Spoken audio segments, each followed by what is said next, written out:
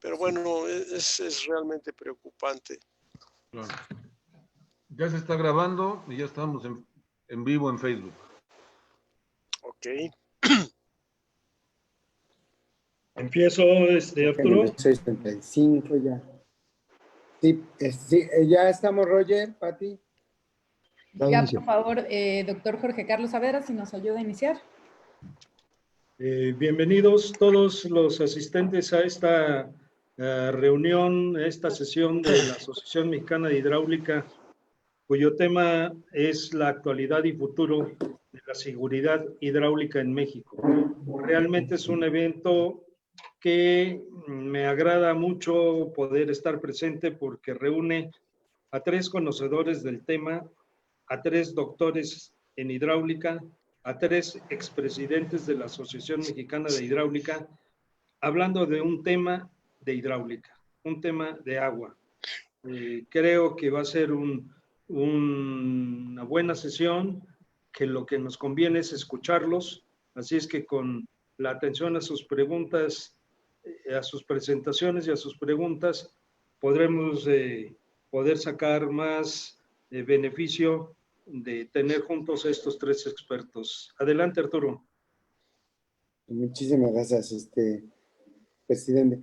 Pues, como bien dice nuestro querido amigo, el maestro Jorge Carlos Saavedra, es nuestro presidente del Consejo Consultivo de la Asociación Mexicana de Hidráulica. Tenemos el día de hoy 3 invitados de lujo, 3 maestros de todos nosotros, 3 amigos.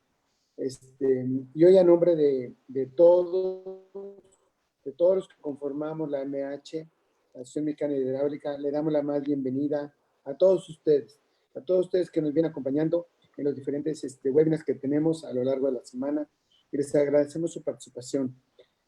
Muy en especial a los asistentes, nuestros amigos panelistas que hoy tenemos, ¿no? Desde la MH buscamos impulsar la actividad del sector, innovando y generando estrategias que nos ayudan a coadyuvar en el trabajo que se realiza en el país. El tema de hoy, la actualidad y el futuro de la seguridad hídrica en México, debe de ser un objetivo estratégico de la política del agua en nuestro país.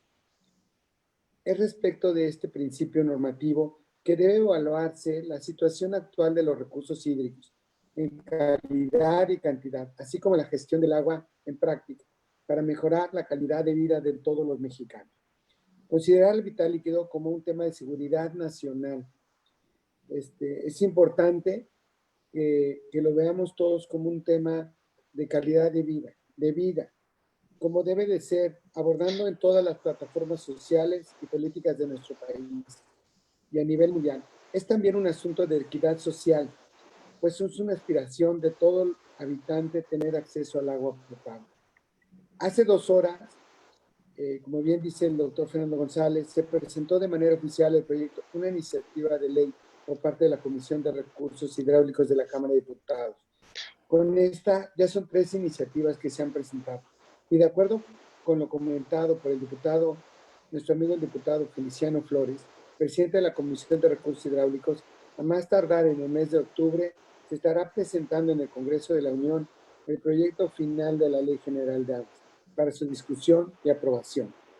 Es importante que como miembros de la Asociación Mexicana de Hidráulica, es importante que como conocedores y expertos del agua nos involucremos en esta formación de esta ley. Es necesario tener una política pública acorde a las necesidades de nuestro país. Estamos a favor de la actualización de la Ley General del Agua, pero fortaleciendo el trabajo de las instituciones como la CONAGUA y de los usuarios, y cualquier institución que haga el buen uso y control del vital líquido. Hoy veremos diferentes perspectivas a través de la experiencia y opinión de nuestros panelistas invitados de lujo. Bienvenidos todos sean a este webinar. Le cedo la palabra a nuestro querido presidente del Consejo Consultivo, nuestro maestro Jorge Carlos Saavedra, si por favor fueras tan amable. Gracias. Nada más de lo que estoy viendo ahorita, nos están escuchando en Tijuana, Manuel Becerra, mucho gusto saludarte.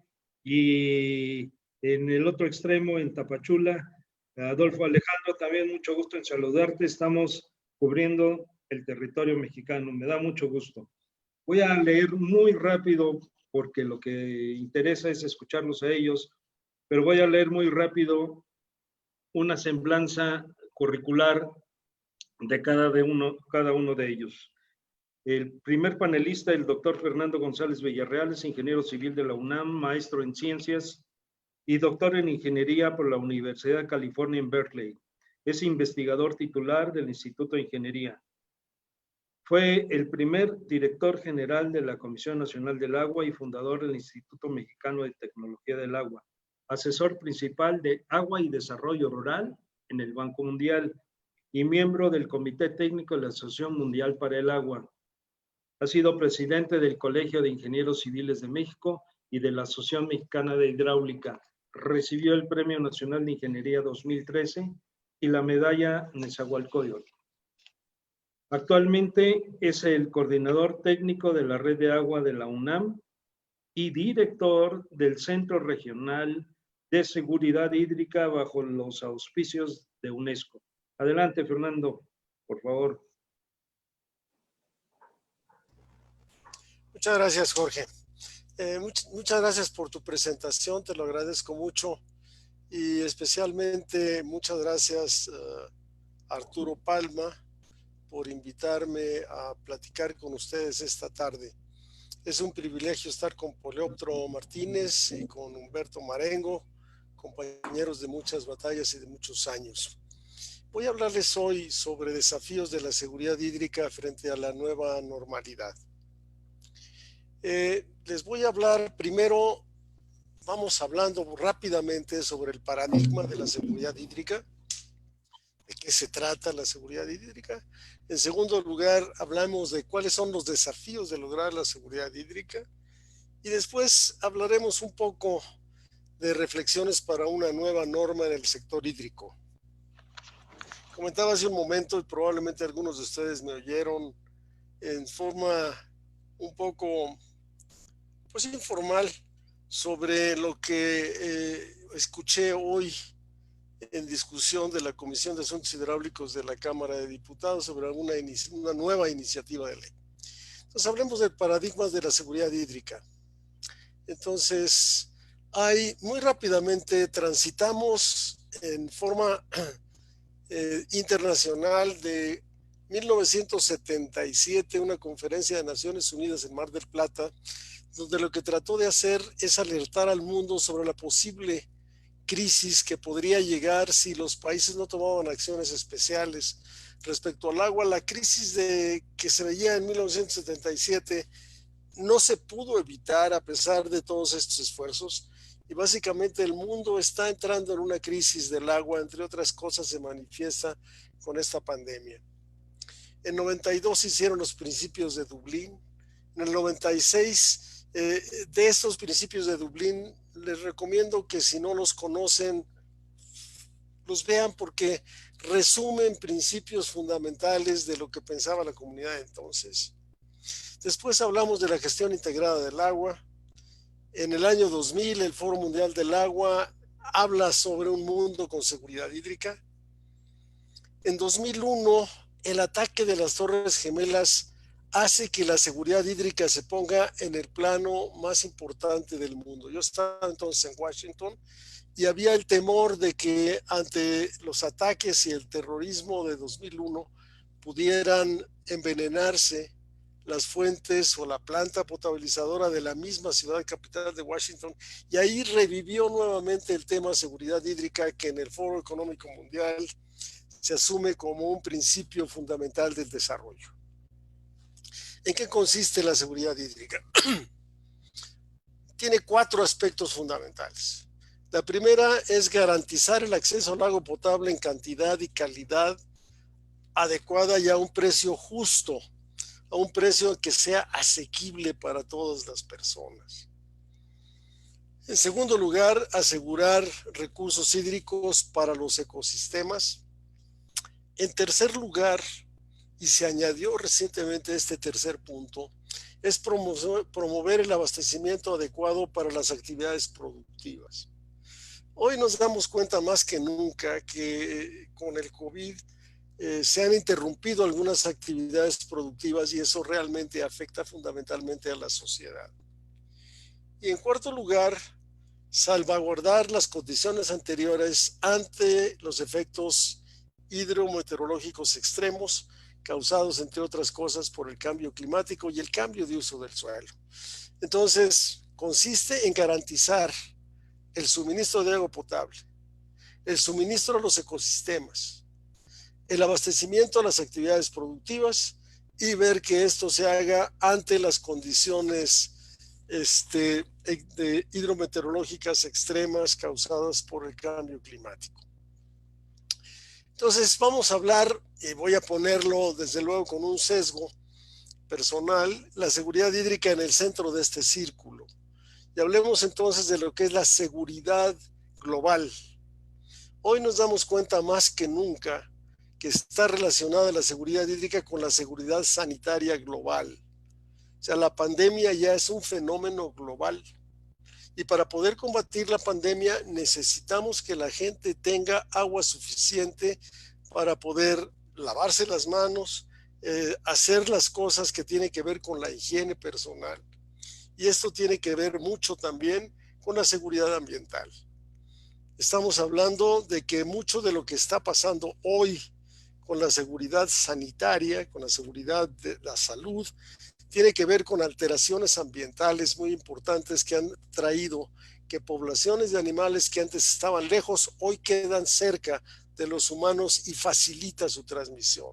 Y hemos tenido en los últimos años, en 2009, en 2012 y hoy, hemos tenido nuevas generaciones de virus. También tiene que ver con la seguridad alimentaria. Ustedes probablemente no se acuerdan, pero los 70s fue una época especialmente para el sureste asiático de hambrunas que se ha resuelto básicamente por la seguridad hídrica y las nuevas variedades de trigo. La seguridad energética, yo creo que Humberto nos va a platicar más de eso, pero la estabilidad y la posibilidad de tener un buen sistema de distribución tiene que ver mucho con la generación hidroeléctrica y no se puede concebir la generación eléctrica sin tener también agua disponible. Y finalmente lo que es la seguridad climática, que tiene que ver también con el calentamiento. Entonces hablemos de la seguridad hídrica, de qué se trata y está conectada con qué cosas fundamentales para la sociedad. Y hablemos de los desafíos frente a la nueva normalidad. Este diagramita lo hemos venido usando desde hace mucho tiempo. Ya hemos dicho entonces que el crecimiento poblacional y el crecimiento económico aumentan la demanda. Y entonces tenemos la misma cantidad de agua en el ciclo hidrológico en general, aunque su distribución por el cambio climático pueda cambiar regionalmente.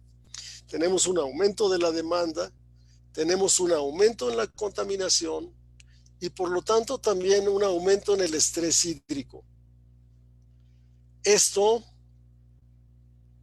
adicionalmente, tenemos un perturbador que hace 20 años no teníamos o no sabíamos, no estábamos conscientes de él, que es el cambio climático.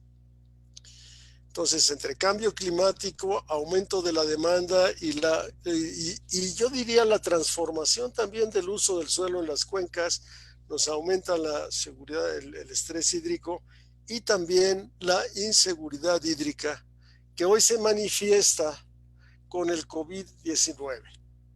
Entonces, en los webinars que hemos hecho, decimos que el COVID-19 viene a poner de manifiesto un problema de inseguridad hídrica que ya era estructural desde hace algún tiempo.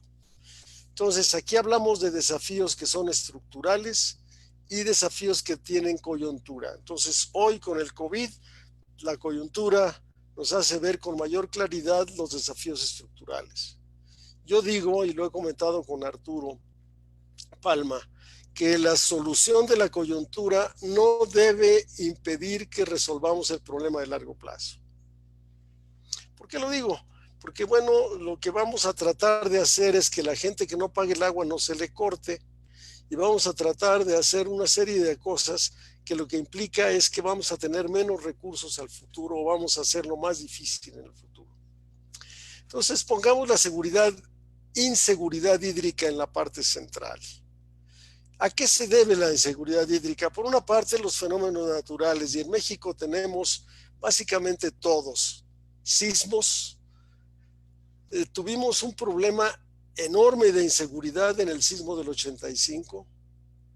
Tuvimos un problema grave también que no se notó tanto porque teníamos algunas reservas en el 2017. Tenemos el problema de las sequías que México ha sufrido desde siempre, el problema de las inundaciones. Entonces, estos fenómenos naturales son causa para tener o son causantes de inseguridad hídrica. Y hoy tenemos esto que no teníamos conciencia de él, pero esta pandemia nos hace igualmente tener un problema de inseguridad hídrica. Veremos ahora, tenemos un incremento en la demanda, tenemos un problema básicamente de la calidad del agua que distribuimos. Tenemos el cambio climático que nos crea también inseguridad hídrica al cambiarnos el régimen de precipitaciones y de temperaturas, y el problema del estrés hídrico. Me dirían, bueno, ¿y el estrés hídrico por qué puede cambiar? Bueno, básicamente entre estemos más cortos de un colchón entre la demanda y la oferta de agua, como lo estamos en la Ciudad de México, tenemos un déficit permanente. Cualquier pequeña sequía, cualquier mugre de un ciclo seco, pues nos causa un problema grave, nos agrava la inseguridad hídrica. Pero además tenemos otros asuntos causados por el hombre, la mala calidad del agua, los conflictos sociales y las fallas en el sistema de abastecimiento. Me van a decir, ¿como cuáles? Pues como las del Cutzamala. Y el Cutzamala ha funcionado, yo diría, el 99.9% del tiempo desde que se inauguró en el año 1982. Y sin embargo, nomás tuvimos unos cuantos días cuando no tuvimos agua del Cutzamala, que es una pequeña fracción de lo que llega al área metropolitana de la Ciudad de México, y tuvimos un problema terrible de inseguridad hídrica. La siguiente, por favor. ¿Cuántos, Jorge? 3. Adelante. Entonces, tenemos un problema de inseguridad hídrica en América Latina, 32 millones sin acceso de agua, 90 sin saneamiento básico, más del 60% de las aguas municipales no reciben tratamiento. La siguiente, por favor. Hagamos unas pequeñas reflexiones. La siguiente. ¿Cuáles son los retos globales para la nueva normalidad? La primera es, ¿qué va a pasar en el futuro? ¿Vamos a continuar la globalización o se va a parar? En lugar de la globalización, ¿tendremos un desarrollo regionalizado o bien el cierre nacionalista y nuevamente la frontera como está planteándose hoy en América del Norte? ¿Tendremos un menor crecimiento económico, un mayor impacto de mayor número de personas con menos recursos, cambios culturales, escasez de financiamiento seguramente, una tendencia a bajar la inversión en infraestructura y un incremento de estrés hídrico, añadido a la intensificación de los efectos del cambio climático? Esto va a pasar a nivel global. ¿La que sigue? ¿A qué sigue? Los retos estructurales, el deterioro de la infraestructura hidráulica que ya tenemos en México con más de 50 años, la mayor parte, falta de recursos económicos, tarifas y subsidios, graves deficiencias en la administración del sistema comercial, un fortalecimiento, digo yo, de embotelladoras y piperos como parte del modelo nuevo de abastecimiento en México y en América Latina, bajos niveles de tratamiento efectivo de aguas residuales, falta de información, transparencia y rendición de cuentas de los organismos operadores, y una rotación de personal y falta de capacitación. Estos retos estructurales son los mismos que ha planteado ya Arturo Palma en su webinar. Y algunos retos coyunturales: un incremento de la demanda, una inminente crisis financiera de personas y de infraestructuras, un aumento hasta el 50% del consumo de agua embotellada, un sistemático incumplimiento del derecho humano al agua, cada día menos, y una afectación desproporcionada a las fuentes de abastecimiento. La siguiente, por favor. Tiempo. ¿Qué hacemos entonces para revitalizar el sector hídrico?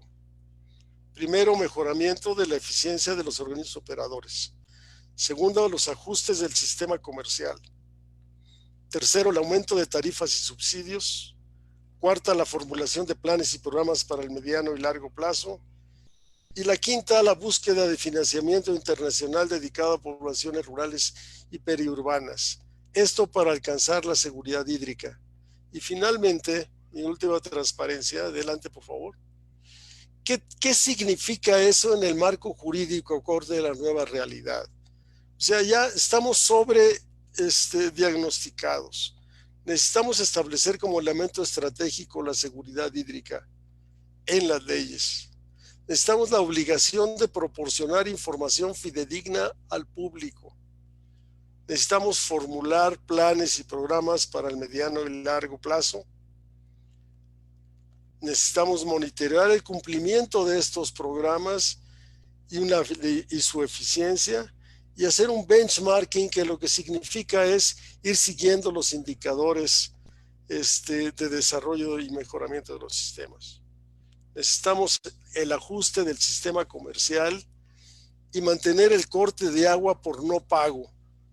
Yo sé que esto es un asunto bastante debatible, pero es absolutamente necesario. Necesitamos reglamentar la determinación de tarifas y subsidios.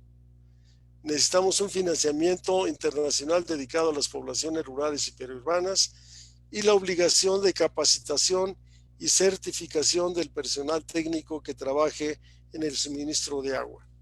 Yo creo que si las leyes no tienen estos contenidos, la verdad no van a cumplir con su objetivo fundamental, que es cumplir con el derecho humano al agua. Muchas gracias.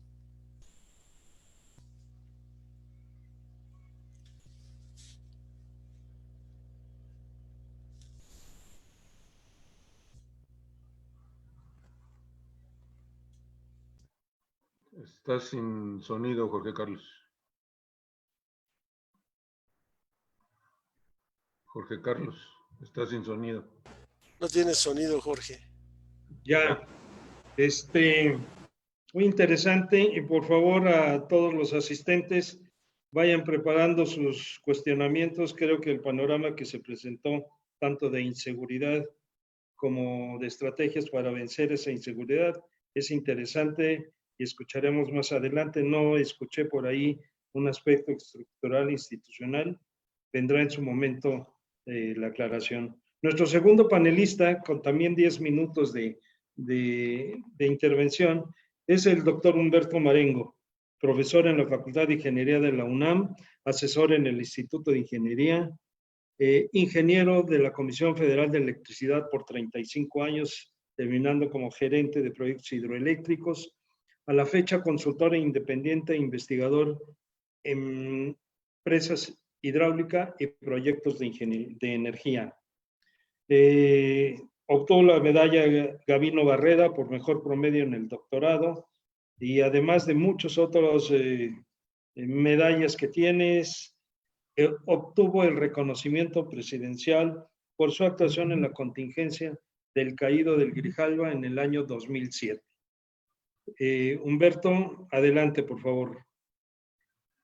Muchas gracias, Jorge Carlos, muy amable por la presentación. No sé si se están viendo la lámina que sí, preparé. Sí, sí bueno. se ve. Quiero agradecerle también al presidente, a nuestro presidente Arturo Palma, por la invitación a platicar de este tema tan importante que es la seguridad hídrica.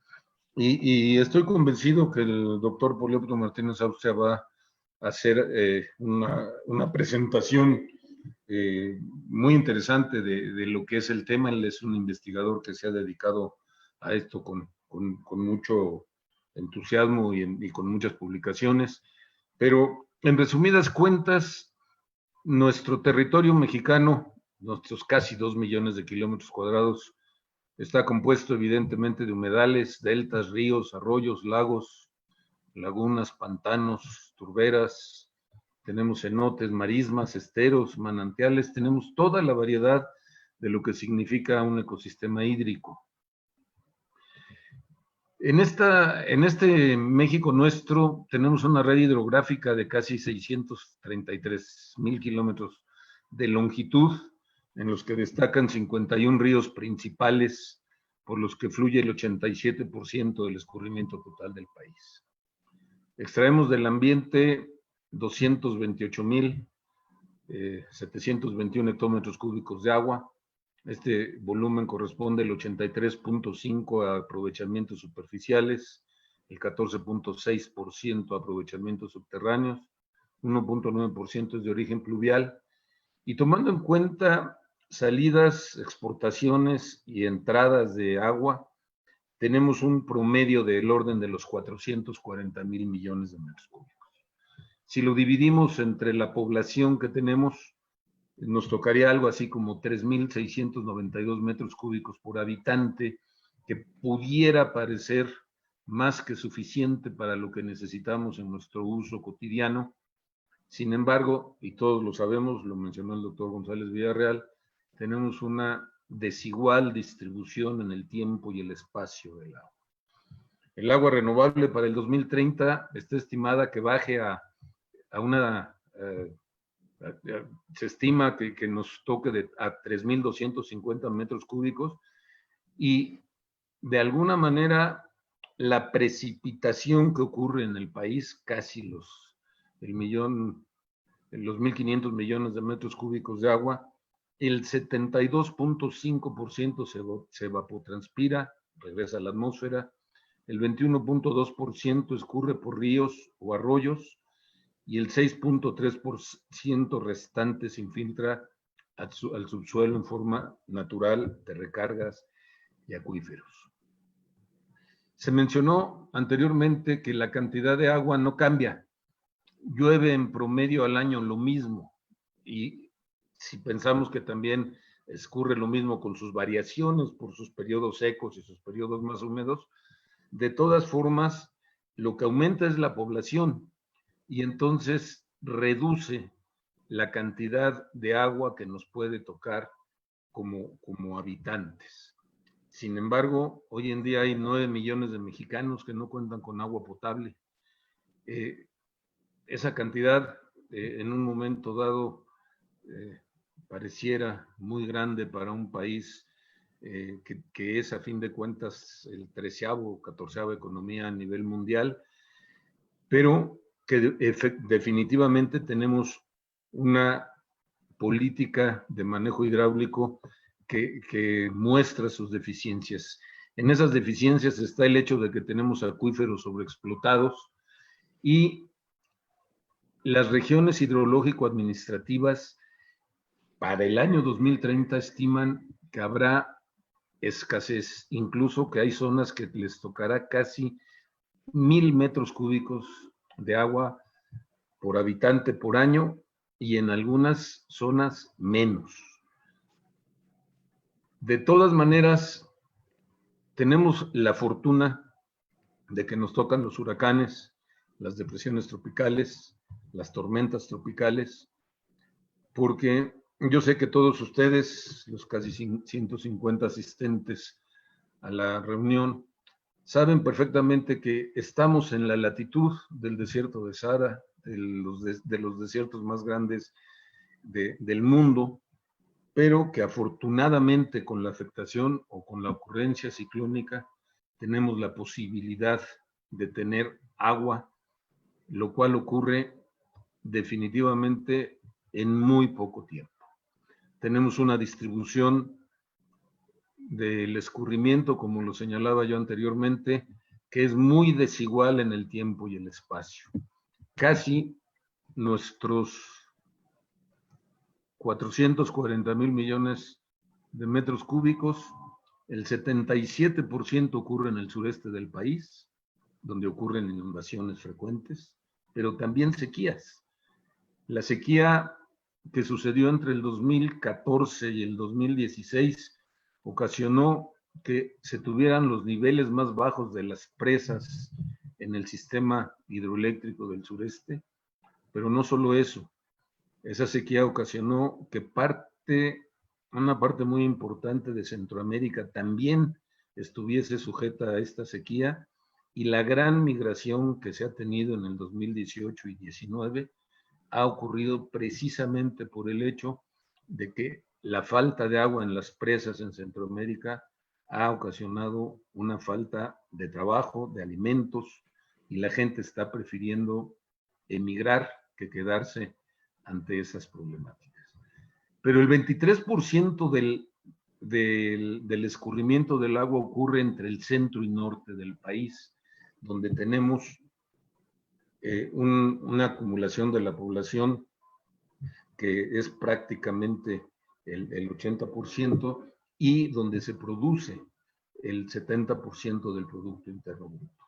Entonces, forzosamente necesitamos almacenar el agua, guardarla para cuando se necesita, y no estamos exentos evidentemente del cambio climático, con todas las problemáticas que han sucedido en diversos años y en diversas situaciones, incluyendo ese terrible deslizamiento y desgajamiento en el 2007 de la zona de Juan de Grijalva, entre las presas de Malpaso y de Peñitas. Según el pronóstico de la Organización de las Naciones Unidas, para el año 2050, el incremento en las necesidades de agua se va a multiplicar por 3. Se requerirá incremento de agua limpia por 3, por el 300%, y se requerirá incrementar la producción de alimentos por lo menos al doble. Tenemos algo así como 6 millones de hectáreas bajo riego tecnificado, pero que se están perdiendo cada año en una importante cantidad, y no estamos reponiendo. Si vamos a los números de cuántas presas y cómo regulamos el agua, resulta patético lo que tenemos como crecimiento. Tenemos registradas algo así como 5.828 entre presas, bordos y estructuras hidráulicas.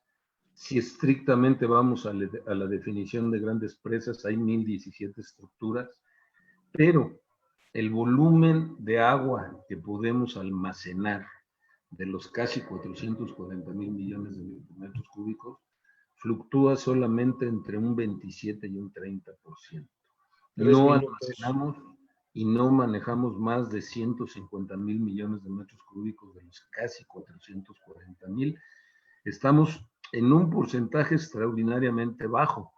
Si nos comparamos con Centro y Sudamérica, los valores son 50 o 60%, y en los países desarrollados estos son 70 u 80%.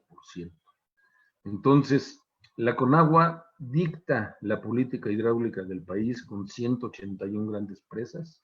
Se menciona que hay 206 que almacenan casi el 80% de la capacidad total del agua disponible en el país.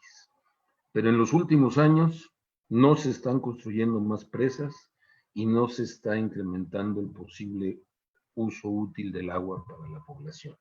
Un minuto, Humberto. ¿Perdón? Un minuto. Sí, señor.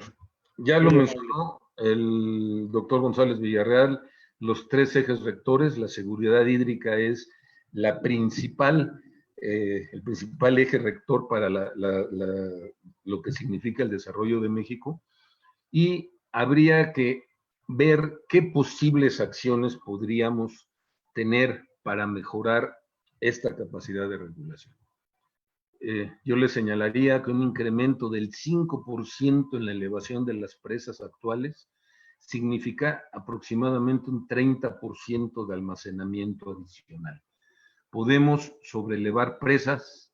Aquí hay una muestra de lo que significa sobrelevar, por ejemplo, Malpaso, Agumilpa y Angostura, y la capacidad de agua adicional que podríamos tener.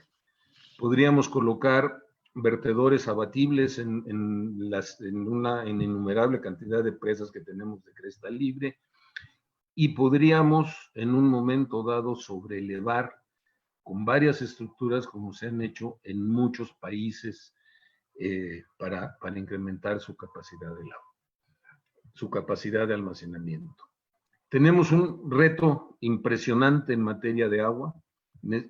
Insistiría en modernizar y sobrelevar las presas del país, independientemente de la absoluta necesidad de construir más. Necesitamos reusar y recircular el agua para poder, en un momento dado, aplicar muchas de esas aguas a los procesos industriales, recargar los acuíferos, permitir su recuperación, su saneamiento, y es absolutamente necesario hacer una política pública encaminada a la seguridad hídrica del país, debiéndose volver prioritaria en todos los niveles de gobierno. Muchas gracias, Jorge Carlos, muchas gracias a todos ustedes por su atención. Gracias, Humberto. Se me hizo excelente tu pronóstico de los retos y tus propuestas de acción. Tal vez tengamos tiempo para platicar más de ellas. El tercer panelista es el doctor Polióptero Martínez Austria, doctor y maestro en Ingeniería Hidráulica por la UNAM e ingeniero civil por el Instituto Politécnico Nacional. Ha desarrollado una importante parte de su labor profesional como investigador y docente. Ha colaborado en la iniciativa privada y en el sector público. Su trayectoria académica comprende su trabajo como profesor titular y de asignatura en la UNAM y profesor invitado en diversas instituciones como el Instituto Politécnico Nacional, la Universidad Politécnica de Valencia, impartiendo cursos, conferencias y en la dirección y revisión de tesis de posgrado. Fue director de tesis de 25 tesis de posgrado y ha impartido cursos en el ámbito desde 1981 a la fecha. Actualmente es profesor titular de la Universidad de las Américas en Puebla, editor general de la revista Entorno UDLAB y director de la Cátedra UNESCO en Riesgos Hidrometeorológicos. Bienvenido, Polióptero. Gracias, muchas gracias. Gracias a la Asociación Mexicana Hidráulica por la invitación. Es un honor compartir esta mesa redonda con el doctor González Villarreal, con Humberto. Ya estoy tomando notas, aprendiendo de ustedes como siempre. Muchas gracias. Y así que vamos a arrancar rápidamente porque ya vi que Jorge, que controla el tiempo, es muy rígido. Bien, les voy a compartir la pantalla. Solo con nosotros, ¿eh? Solo con usted. Ah, bueno, eso me tranquiliza.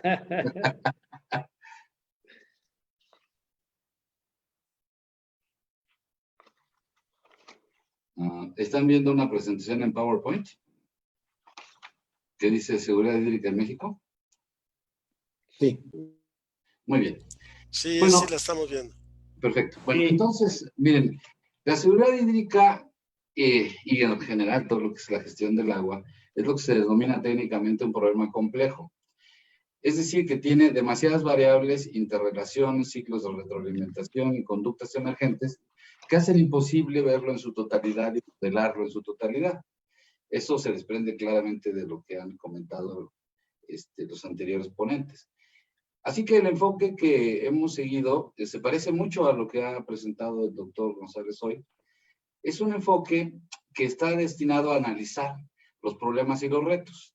Para que tengamos una metáfora de cómo se procede, es básicamente lo mismo que haría un médico cuando tiene frente a sí a un paciente con algún problema. No lo analiza completamente, porque ¿para qué? A lo mejor hay muchas cosas que están bien, pero empieza analizando cuáles son esos síntomas del problema, cuáles pueden ser las causas para abordar después una especie de tratamiento. La cosa no es tan simple porque hay interacciones, se pueden tener más de un problema, ¿no? Y entonces hay interacciones entre ellos y las posibles soluciones. Así que lo que hacemos es un abordaje sobre los principales retos, es decir, cuáles son las cosas que estamos observando como retos principales. Y bueno, están la escasez del agua, que es un reto muy grande, la contaminación, los extremos hidrometeorológicos, los conflictos por el agua, y el deterioro ambiental de cuencas y acuíferos. Podemos agruparlos de esa manera. ¿Cuáles serían los factores desencadenantes? ¿Cuál es el origen de estos problemas? Los factores desencadenantes o las fuerzas modeladoras hacia el futuro son la demografía, la producción de alimentos, la demanda de energía, el cambio climático y una deficiente gobernanza del agua, que la gobernanza del agua debería ser parte de la solución, pero hoy es parte del problema. Y cada uno de ellos tiene diferentes variables que hay que estudiar. Por ejemplo, en la demografía, no solo el crecimiento de la población, sino cómo se está asentando la urbanización y el crecimiento económico, que cambia los hábitos de consumo y genera incrementos en la demanda. La producción de alimentos, no solo el incremento de la demanda, sino también los cambios en la dieta. La demanda de energía, el incremento de la demanda de energía en su totalidad, porque todas las fuentes de energía requieren consumo de agua, aunque no sean la hidroeléctrica. Y un problema que para otros parece una solución, pero para los que nos secamos el agua es un grave problema, son los biocombustibles, porque consumen cantidades muy grandes de agua para producir cantidades relativamente pequeñas de energía, que será limpia, pero sale muy costosa en términos de agua, ¿no? El cambio climático y la deficiente gobernanza del agua. Muy rápido porque no tenemos mucho tiempo y solo vamos a analizar algunas de estas fuerzas modeladoras. No hay tiempo para analizarlas todas y además no quiere decir que yo las haya podido analizar todas, no es tan fácil. Bueno, lo primero es no solo el crecimiento de la población, sino su ubicación. Aquí estamos viendo las tasas de urbanización que estaríamos esperando para todo el mundo por regiones. Esa fuente de datos es las Naciones Unidas. Entonces pueden ver que para América Latina y el Caribe, la tasa de crecimiento de la población, que no es tan elevada, digamos que no vamos a tener tanta población como Asia, por ejemplo, pero tenemos un problema muy serio porque se está asentando en las zonas urbanas. Mientras en 1950 el 40% apenas vivía en alguna zona urbana, para mediados de siglo, prácticamente el 90% va a vivir en las ciudades. Y la naturaleza no estaba preparada para que nos concentráramos todos en espacios relativamente pequeños. Para el caso de México, el panorama es más o menos el siguiente, también con datos de Naciones Unidas. La línea superior es la población total y las barras son la población urbana. Entonces, lo que nos está diciendo esta gráfica es que toda la población que va a venir a México en el futuro, que va a crecer, toda se va a asentar en ciudades. Y eso plantea un problema muy serio para los administradores del agua, como pues, lo estaba planteando ya en algunas grandes urbes, como la Ciudad de México en primer lugar, pero también Monterrey, o Guadalajara, o León, o tantas otras. El problema no solo es que sean zonas urbanas, porque la definición de zona urbana es muy amplia, sino que ya para el 2030, el 50% de la población va a vivir en 31 ciudades. Entonces, el problema hidráulico, el problema hídrico del futuro está en las ciudades. Y por eso es muy bueno el diagnóstico que hace tanto énfasis en el abastecimiento de agua para las ciudades, en el funcionamiento de los organismos operadores, porque ahí va a estar la población concentrada y los problemas del agua van a ser en el futuro fundamentalmente urbanos, aunque van a tener interrelaciones con otro tipo de problemas. Bueno, pero en esas zonas tenemos además ya un problema que estamos arrastrando y que vamos a ver más adelante. Este es el agua renovable per cápita en la visión de la Comisión Nacional del Agua, que debo decir que es una visión optimista. Por dos razones. La primera, porque está haciendo un balance del agua disponible contra las concesiones. Y todos sabemos que se consume más agua que la que está concesionada. Entonces está por razones diferentes, porque hay muchas tomas clandestinas o porque consumen más agua que la que tienen, digamos, asignada. A final de cuentas, entonces esto está, digamos, subvaluado, puede ser peor todavía. No sabemos cuánto, pero se podría calcular estimando más o menos cuánto, con algunas pruebas puntuales, como cuánta agua es la que no estamos pudiendo contabilizar. Y por otro lado, no están tomando en cuenta el medio ambiente. Esto es sin caudal ecológico.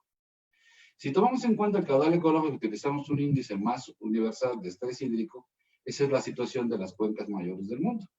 Obviamente las que están en anaranjado y rojo están en graves problemas. Y eso quiere decir que todo el norte de México, la cuenca del Lerma y obviamente las cuencas del Valle de México, y probablemente también pronto la del Balsas, están en serios problemas. Prácticamente todo el norte del país está ya en las zonas de sobreexplotación muy alta. Eso nos va a plantear un problema serio. Esto es de agua superficial, básicamente, pero el agua subterránea no hace mucha diferencia. Aquí tenemos una comparación de dos mapas entre el rojo, en el inferior, los acuíferos que tienen sobreexplotación, y arriba donde están las ciudades. Y van a ver que muchas de las ciudades están asentadas sobre y explotando acuíferos que ya tienen un déficit cada vez mayor. Cuando decimos sobreexplotado es un término técnico, casi un eufemismo, para decir que tienen sus días contados. Es decir, el agua se la están acabando, están consumiendo el futuro.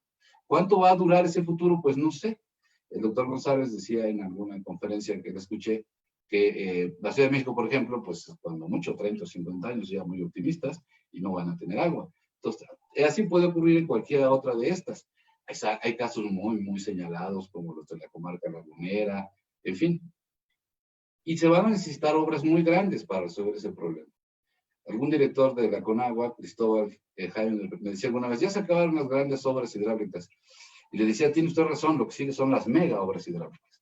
Porque antes el agua estaba cerca y ahora la vamos a tener que traer desde muy lejos. Debo anotar que lo que han dicho hoy los anteriores ponentes me ha alertado muchísimo de que en mi lista de los grandes retos no está la infraestructura. Y eso es un error que admito públicamente. Entonces, si se comparan los centros de población, nos encontramos con eso. Bueno, vamos caminando a la tormenta perfecta. ¿Por qué? Porque por un lado vamos a tener mayor demanda de agua. Está creciendo la población, están cambiando sus hábitos de consumo y necesitamos más energía eléctrica, bueno, más prácticamente de cualquier cosa, para satisfacer la legítima pretensión del mayor bienestar de los mexicanos.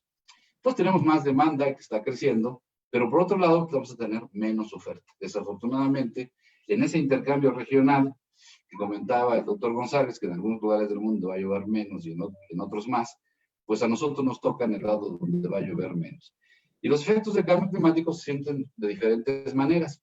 Estas son las temperaturas máximas que hicimos un estudio con el Desert Research Institute de Estados Unidos para las zonas del desierto Sonora-Mojave. Y se pueden ver en esas líneas punteaditas que pues, la temperatura está creciendo muchísimo. En el periodo de análisis, que es de 1960 a 2010, la temperatura extrema ha crecido casi 3 grados en Ciudad Obregón, 2.8 en Phoenix y más de 2 grados centígrados en Mexicali. Y eso impacta a la necesidad de agua de las ciudades, se incrementan los consumos cuando hay calor, pero también afecta muchísimo a la producción agrícola. Estas ondas de calor no solo tienen el problema de que son cada vez mayores y más frecuentes, sino que duran más. Aquí tenemos una gráfica donde tenemos el número de días donde la temperatura máxima rebasó el percentil 90, que eso implicaría declarar una onda de calor. Bueno, pues resulta que para cualquiera de estas ciudades en los 60 las ondas de calor duraban 5 o 10 días. Para 2010 las ondas de calor duran 15 días, la mitad del mes. Y algunas veces, cuando es una situación extrema, pueden durar prácticamente todo el mes, con todas las afectaciones que estaríamos esperando, ¿no? Aquí vemos que esto no es de alguna zona así como Mojave, no está ocurriendo en todo el país. Estas son las temperaturas máximas en Culiacán para diferentes meses. Usualmente, junto con temperaturas altas, lo que tenemos son sequías, que ese es la otra gran vertiente que necesitamos atender con mucho cuidado. Fíjense que lo que, digamos, hace más daño son los extremos con frecuencia y no los promedios. Eso lo sabe bien, por ejemplo, un diabético. Si el azúcar promedio no le hace mucho daño, el problema es cuando sube, cuando llega a un extremo. Bien, pues las sequías en México pues, se han venido desarrollando continuamente. Aquí tenemos una de las sequías más fuertes que hemos tenido, 2019, y vemos cómo en ciertos momentos abarcó prácticamente todo el territorio nacional. El 15 de junio de 2019 eso es lo que teníamos, y también es una sequía del año pasado muy extrema. Aquí tenemos 2 minutos, Poliotro. Aquí tenemos la historia de las sequías, la de 2012. Aquí tenemos todo lo que estamos esperando en alguna zona que a mí me interesó, que es en la región mixteca, donde se ve que la zona no solo tiene cada vez menos agua, sino se está secando. Cada vez hay menos eventos en que llueva mucho. Y estos son los pronósticos de precipitación para el futuro, en un escenario que no es el peor, que es el 6.0, y yo estimo que vamos a llegar a y si lo hacemos mal, pues sí al otro, que es todavía peor. Y estamos hablando de disminuciones en la precipitación del 10 o 15%, que dependiendo de la relación lluvia-escurrimiento, pueden significar disminuciones en la disponibilidad de entre 20 o hasta 30%. Entonces estamos, como les digo, en la tormenta perfecta. Necesitamos mucha más agua y tenemos cada vez menos. Y en un minuto termino nada más mencionándoles que no olvidemos el problema de la gestión indebida del agua, de las brechas que tenemos de gobernanza. Hay un estudio que se hizo, OCDE sigue ese mismo tipo de idea que seguimos nosotros, que es no tanto estudiar todo el problema, sino estudiar los problemas. Ellos los definen como brechas. Y hay una buena cantidad de brechas en México, que estas fueron diagnosticadas en 2013 y que desafortunadamente no solo no han desaparecido, sino que han crecido. Ese es el panorama que tenemos hoy y el panorama que tenemos en el futuro. Y por lo tanto, lo que deberíamos hacer es estar viendo cómo cerramos todos estos retos y cómo vamos cercándolos de manera inteligente para resolverlo. Y con eso les doy las gracias. Muy amables. Muchas gracias, Polioptro. Muy interesantes las tres presentaciones. Y los siguientes 20 minutos que quedan de la reunión están programados para entablar alguna intercambio entre ustedes sobre los temas que se han tratado. Y yo aprovecharía para ubicar aquí 3 preguntas interesantes que pueden ser abordados por cada uno de los 3 en un periodo breve. La primera está dirigida originalmente al doctor González Villarreal, pero podría yo planteársela a los 3.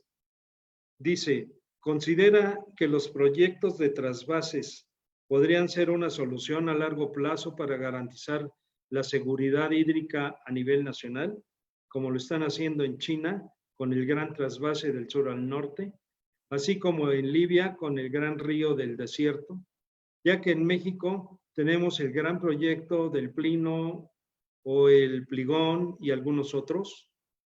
¿Podríamos esperar en el mismo orden las opiniones a este respecto?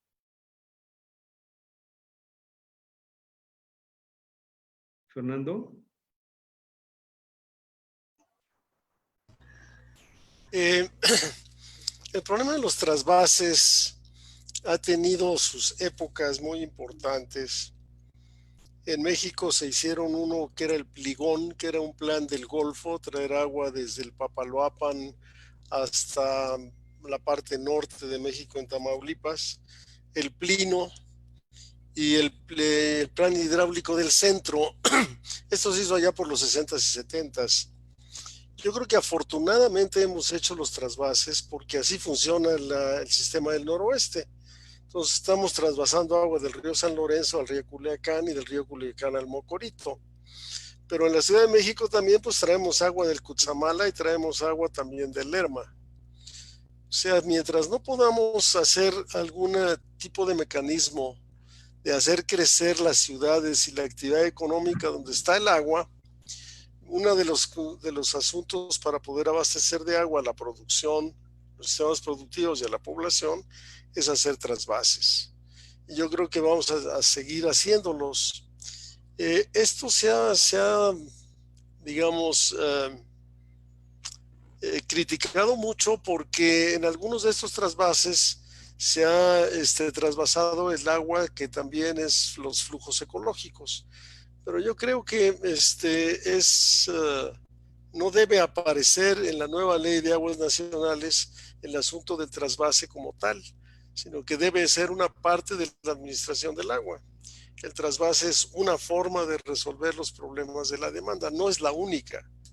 Entonces uno debe balancear entre la oferta del agua, que una parte es el trasvase y otra cosa es la demanda. Entonces lo mejor sería manejar mejor la demanda. Pero cuando tengamos los mecanismos para hacer crecer las ciudades y la industria donde está el agua, debemos de solucionar los asuntos, entre otras cosas, con el trasvase. Pero en forma más importante, en la redistribución de los derechos de agua. Esto se llama, en inglés se ha venido siendo Water Allocation Rights. Water Rights Allocation. Yo creo que ese es un asunto fundamental que debe incluirse en la siguiente ley de aguas nacionales. No en la ley general de aguas, pero en la ley de aguas nacionales. Gracias. ¿Algún comentario, Humberto? Sí, claro que sí. Yo añadiría a lo que comentó el doctor González Villarreal, a que en forma reciente se han hecho también trasvases importantes. La presa del Realito capta agua para llevarle agua potable a la ciudad de San Luis Potosí. El Zapotillo tiene ahorita un problema fuerte entre el agua que almacena y le quieren dar en un momento dado se almacena en Jalisco, se la quieren dar a Guanajuato y no se quiere sobrelevar la presa.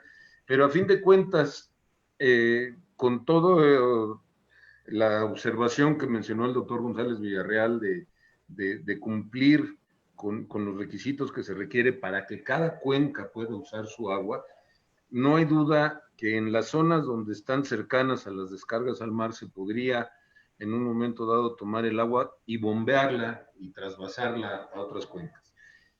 Cuesta mucho el bombeo, pero hoy en día la energía está cada vez costando menos. En lugar de yo digo que en lugar de estarnos peleando porque si entra o no la energía eólica y la solar al sistema eléctrico mexicano, podríamos estar usando parte de esa misma energía renovable en hacer bombeos cuando en un momento dado la intermitencia de las renovables permitiera hacer esos bombeos. Evidentemente se necesita un plan cuidadoso para llevar el agua de una cuenca a otra, almacenarla y poderla trasvasar. Yo no veo un futuro crecimiento del país si no pensamos en un trasvase bien planeado, bien estudiado y con bases económicas sólidas. Gracias, Humberto. Polioptro. Yo creo que hay que hacer un análisis caso por caso, y empezar como las primeras medidas tienen que ser medidas de eficiencia en el uso del agua. No es posible que el agua que se pierde en un sitio tenga que ser trasvasada de otro. Pero una vez que se alcanzan niveles razonables de eficiencia, va a ser muy evidente que en muchos casos es indispensable el trasvase. En la Ciudad de México, si hace uno un balance, por más que hagan el uso eficiente del agua, van a seguir necesitando más agua. Entonces ya deberían, ahora probablemente ya lo tienen, tener planes y de dónde y cómo se puede traer los trasvases. Pero hay que vencer la resistencia social de los sitios de donde se extrae el agua. Y lo mejor es compartir los beneficios. El agua tiene un valor económico y ahí a donde es llevada va a producir bienestar y riqueza. Esto quiere decir que a los que pierden, digamos, el agua, podrían aducir que lo que le están quitando no es solamente agua, sino bienestar futuro. Entonces yo creo que se podría compartir. Por ejemplo, en Denver lo que hicieron es que le restaron agua a un sistema de riego, pero les pagan por metro cúbico una cierta cantidad, de manera que el beneficio que va a dejar en la ciudad esa agua pueda ser compensado o compartido con el sitio donde se la lleva. El problema de los trasvases no es técnico, aunque algunos hay bastante difíciles, ¿no? El problema de los trasvases es social, y lo que tenemos que buscar es esos mecanismos para que las partes involucradas no se sientan, digamos, abusadas una u la otra. Claro. Gracias, creo que se cubrieron temas interesantes, los derechos de agua, la sobrelevación y la parte social. ¿Hay aquí alguna otra pregunta dirigida a los tres? Dice, algunos analistas proponen que después de la crisis financiera provocada por el SARS-CoV-2, se requerirá aumentar el gasto público en infraestructura para reactivar la economía. Mi pregunta es, en México, ¿qué proyectos prioritarios o en qué sectores, pienso por ejemplo inversión en la tecnificación de riego o en construcción de presas, debería o podría invertirse para atender seguridad hídrica y ayudar a la economía? Empezamos contigo, Humberto.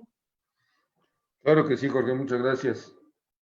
Yo francamente veo muy difícil que en este sexenio se pueda hacer inversión pública directa. Hay una discusión, primero que nada, del aspecto de si tenemos derecho al agua y la tiene toda la población, no hay la menor duda, pero siempre sale la respuesta aquella de que Dios hace el agua pero no la entuba y menos da el servicio de agua potable y de limpiarla.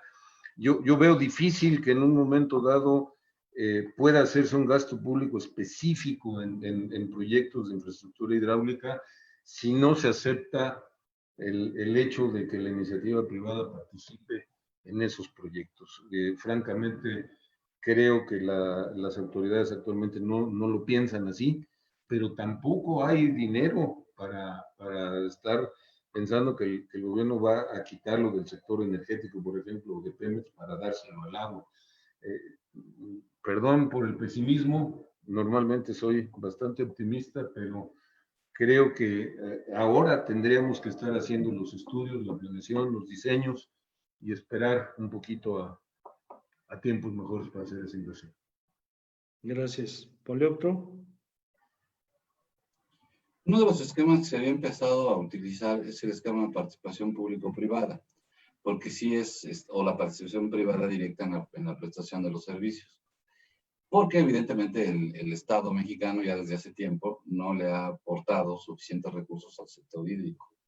Entonces los operadores, los administradores del agua, buscaron una solución en este tipo de esquemas de financiamiento, que son muy exitosos en todas partes del mundo. Pero aquí, además de que este gobierno tiene poco dinero, es un gobierno súper austero, por decirlo de alguna manera, pues también tenemos un hándicap ideológico, porque parecen no querer la participación de la iniciativa privada. Entonces, de plano, eso nos quita casi toda la otra fuente de financiamiento alternativa. Pero hay otra fuente de financiamiento, sobre todo en cosas como los servicios de agua potable, pero eso requiere un acuerdo social. Y la otra fuente de financiamiento, pues, son las tarifas. Ahí hay un hándicap ideológico también, porque los políticos se las pasan prometiendo que no las van a subir, que eso no está bien porque es muy feo para la gente, ¿no? Y entonces no suben las tarifas, y lo que pasa es que no tenemos suficientes recursos en los organismos operadores. Si acaso para operar, y eso no les alcanza a todos, tienen que vivir de algún subsidio, pero no tienen definitivamente para invertir. Pero si pensemos, por ejemplo, en el Valle de México, son 22 millones de habitantes. Si en promedio se pudiera hacer que pagaran 1,000 pesos más al año, que no es mucho, estamos hablando de unos cuantos pesos por mes, si estuvieran dispuestos a eso, menos de 100 pesos más por mes de agua, que es lo que se gasta en casi cualquier otra cosa, se puede gastar en la Ciudad de México, transporte puede costar ese tipo de precio, de costo por mes, tendríamos miles de millones disponibles para invertir. Entonces, ahorita lo único que se ve realista para poder invertir es llegar a acuerdos sociales que nos permitan obtener mayores ingresos de la fuente principal de recaudación, que somos los que utilizamos el agua. Primero tenemos que pagarla, hay una resistencia incluso a pagarla, pero luego tenemos que pagarla por su valor justo y pagar los costos de inversión del futuro de la infraestructura. Los organismos operadores se defienden cobrando cosas como la contratación del servicio, la primera toma, cosas de ese estilo, pero pues eso no es suficiente ni va a durar siempre.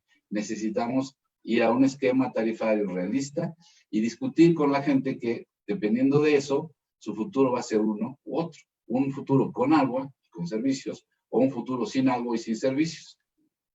Así de claro puede ser. Gracias, Polioptro. Fernando.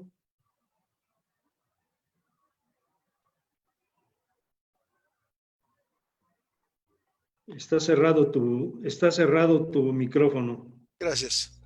Yo planteaba en mis transparencias que nuestro reto va a ser estar en un mundo en que en los próximos 2 o 3 años va a tener un crecimiento económico relativamente bajo y vamos a tener escasez de recursos fiscales prácticamente de seguro.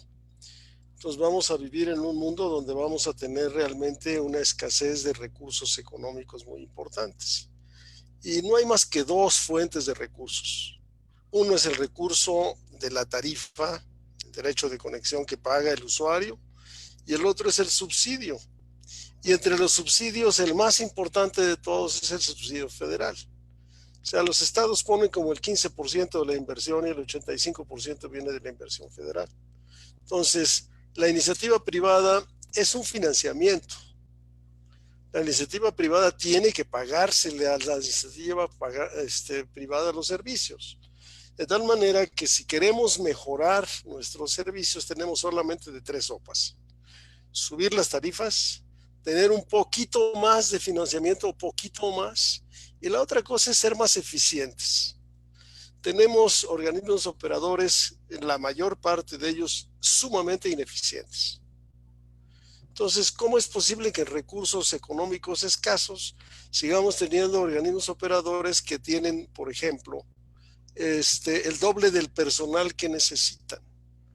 Entonces, necesitamos hacer un esfuerzo todos por utilizar los recursos económicos en forma mucho más eficiente.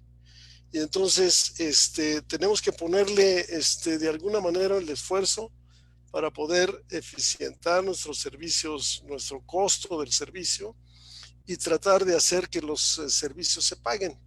El dicho mexicano muy grosero dice que amor que no se refleja en la cartera no es amor de veras. Entonces tenemos una contradicción. Todo el mundo dice que el agua y el servicio del agua es vital y que ahora es mejor que nadie, pero nadie la paga, nadie la quiere pagar. Entonces alguien tiene que pagar su costo. Entonces tenemos que hacer las tres cosas. Tenemos que ser organismos más eficientes, tenemos que hacer mayores tarifas y tenemos que buscar de que las gentes, la población, exija al gobierno un mejor servicio, mayor servicio de agua y por lo tanto mayor presupuesto.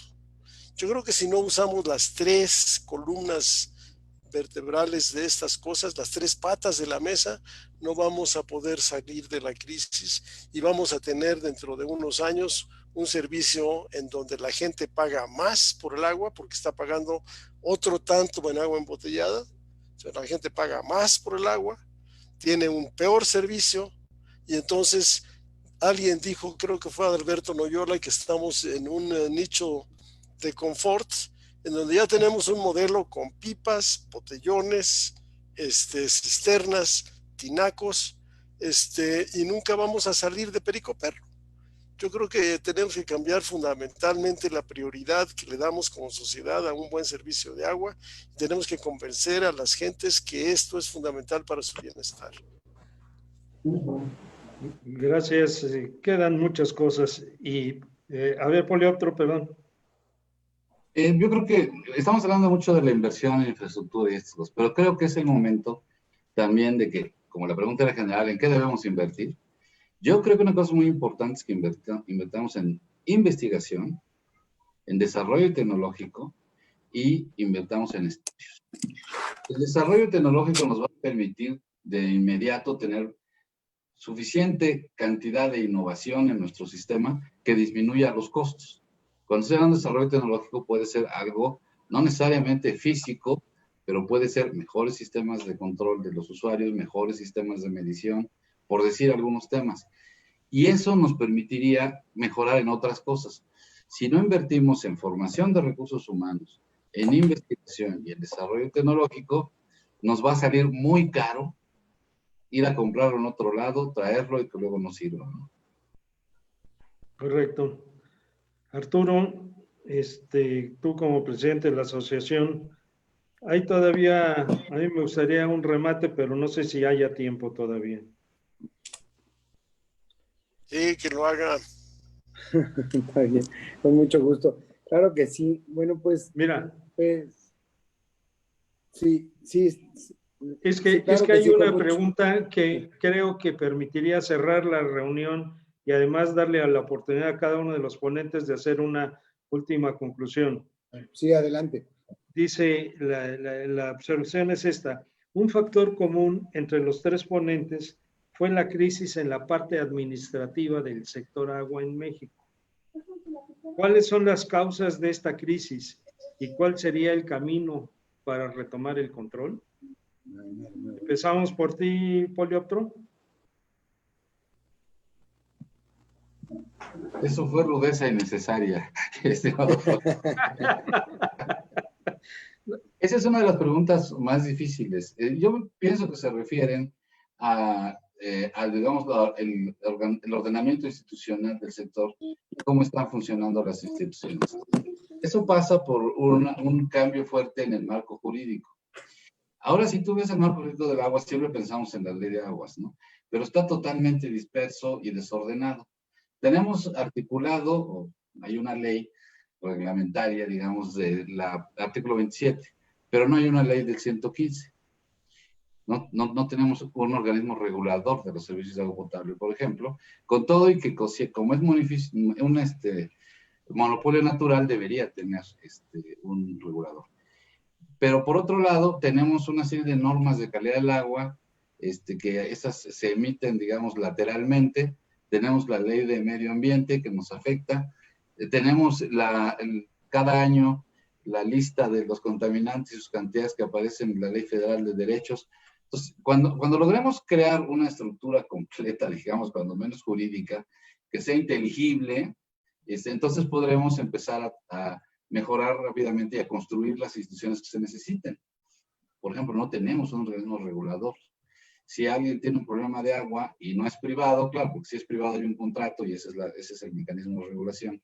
Pero si es público, pues entonces lo único que puedes hacer es ir a un juez o algo así, porque no hay un organismo del cual puedas ni siquiera quejarte, ¿no? Entonces yo creo que primero el marco jurídico, el marco normativo completo, organizado, estructurado, que no tenga contradicciones. Por ejemplo, la Ley Federal de Derechos tiene una listota de contaminantes y qué cantidades y cuánto te cuesta, y en cambio la norma oficial mexicana tiene muy poquitos. Pues bueno, es una cosa que no se entiende bien. Ya no hablamos del reglamento de la ley y esas cosas. Después de eso, hay que pensar en el funcionamiento de las instituciones. Es evidente para todos que nuestras instituciones han perdido mucho en dos niveles, digamos, al menos, en dos ámbitos. Primero, han perdido en personal. Tienen mucho menos personal que tenían antes.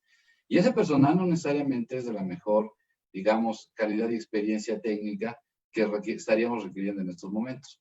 Pero concediendo que eso sí fuera, porque cuando menos necesitamos más. Y los recursos económicos que se destinan al sector son cada vez menores. Y no se pueden hacer milagros. Los ingenieros usan tecnología, no hacen milagros. Cuando menos no, la mayoría de ellos no. Entonces no se puede pedir que hagan cosas con los recursos que tienen. Eso le llaman en la OCDE la brecha fiscal. Y dicen que la brecha fiscal entre tus obligaciones y lo que tienes para cumplirlas en México, pues es enorme. Muy bien. De acuerdo. Por favor, Humberto. Bueno, ya dijo casi todo Polioto, pero yo haría un énfasis en una situación que para mí es fundamental y se comentó en alguna de las ponencias, me parece que Polioto lo dijo, y es el hecho de que los servicios tienen que pagarse. No estamos acostumbrados a que en un momento dado paguemos el servicio del agua. Yo creo que habría que revisar, voltear los ojos un poquito a otros países, cómo es que funcionan y cuáles funcionan bien y cuáles funcionan mal. Si vemos, por ejemplo, a los chilenos, es impresionante la cultura que tienen para el pago de sus servicios, el cobro de los servicios y la calidad de los servicios que dan en Chile es verdaderamente notoria en cuanto a todo lo que se refiere a agua, saneamiento, a todo lo que se refiere a energía. En México, si no pagamos la luz, te cortan si no pagas el agua aquí, no necesariamente te la cortan, nada más viene un problema, puedes ampararte y sale un juez que tienes derecho al agua y no te la pueden cortar. Entonces, yo sí creo que habría que hacer una educación hacia la gente que en un momento dado los servicios se tienen que pagar lo que valen.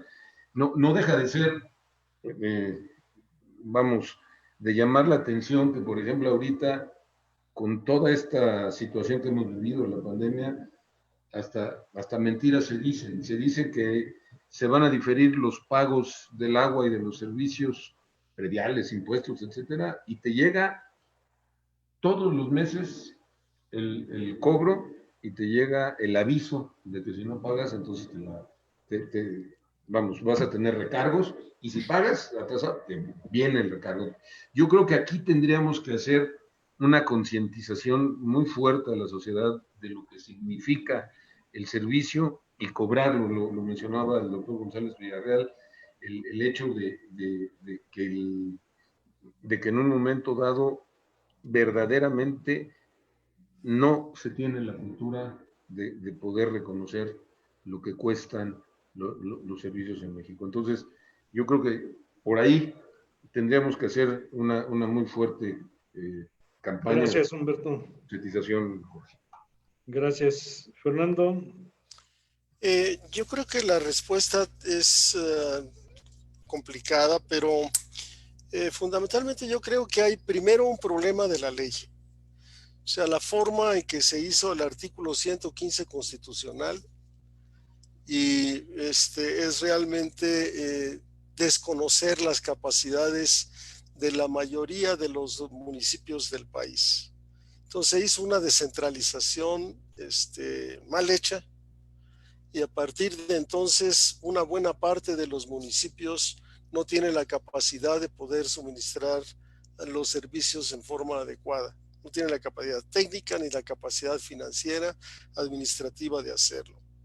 En segundo lugar, hay un problema básico del cumplimiento de la ley.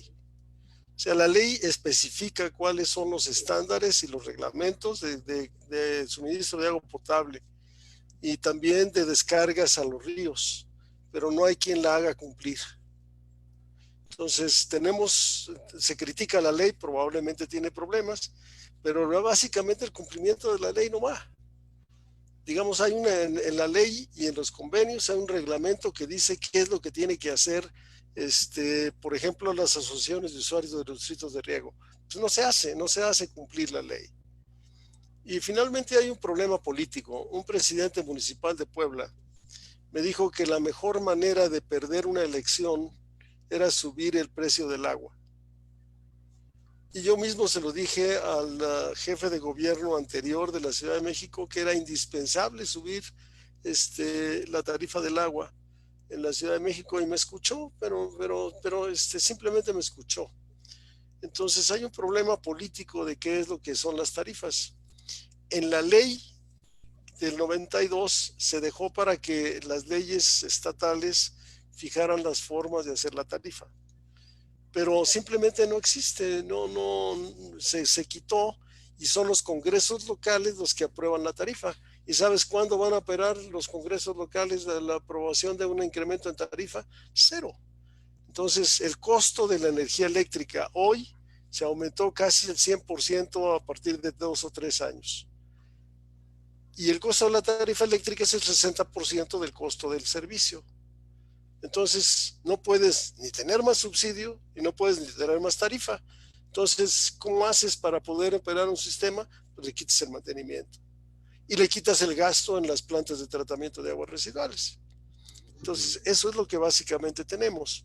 Y yo creo que tenemos hoy el peligro de regresar a una mala decisión en una ley que te va a evitar el poder mejorar el servicio. Yo creo que esos son los factores más importantes.